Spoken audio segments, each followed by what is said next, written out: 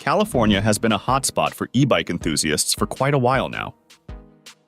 Recently, the state announced some new regulations for electric bikes, which took effect from the 1st of January, 2025. Basically, these laws are all about improving safety, making the e-bike categories clearer, and addressing concerns about super powerful e-bikes. But every time, when new laws like these come onto the scene, some e-bike brands end up taking a hit. That's why today, we will see what these new e-bike rules are and figure out which brands might feel the pinch.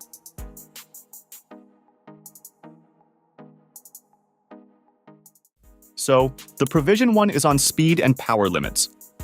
This first part of the law focuses on how fast and powerful an e-bike can be before it's no longer considered an electric bicycle.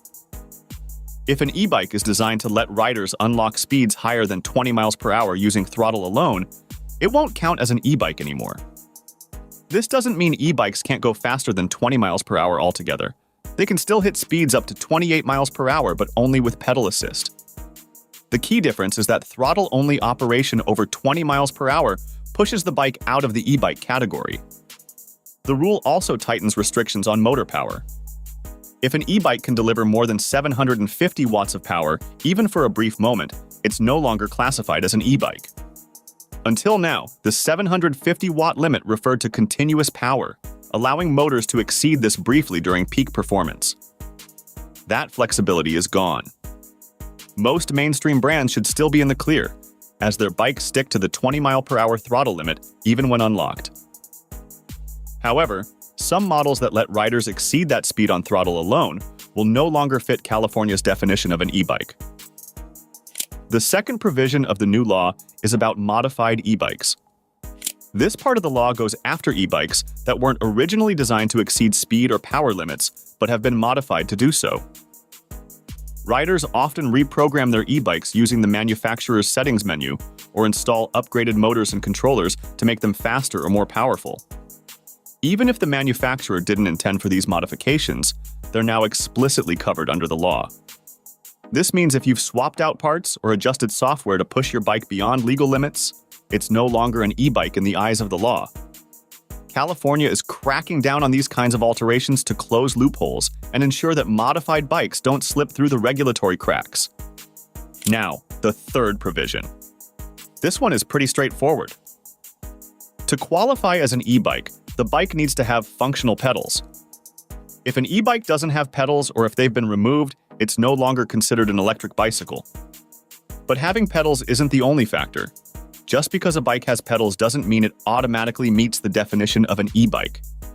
Speed and power limits still apply, so this provision works alongside the others to ensure a consistent standard.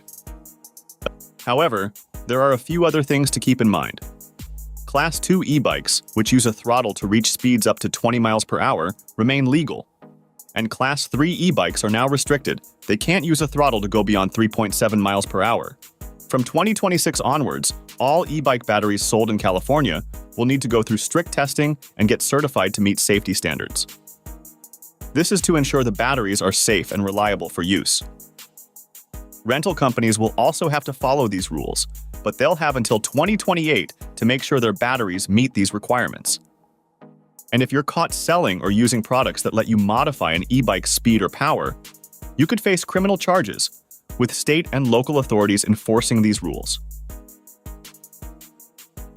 Well, the new e-bike rules in California have already shaken things up, and some brands have to make serious changes to their lineup. As we all know, Super 73 and Macfox are two big names in the industry because of their moped-style e-bikes. And now, they are already feeling the heat of the new laws. And it's not just them, plenty of other e-bike brands are likely to be affected by these new regulations. With the updated classifications and stricter rules, it's clear that the game is changing for e-bikes in California. So you may ask why these new laws matter. Well, California is after making the roads safer by ensuring that high-performance bikes aren't treated like regular e-bikes. At the same time, they encourage responsible use among riders and manufacturers. So if you're riding an e-bike in California, it's important to know where your bike stands under these new regulations. Staying informed will help you enjoy your ride without any legal hiccups. These were almost everything about the new e-biking rules in California. If you found this video informative, hit the like button and subscribe to our channel for videos like this on your feed. Comment below if you have any say about the new laws. Thank you.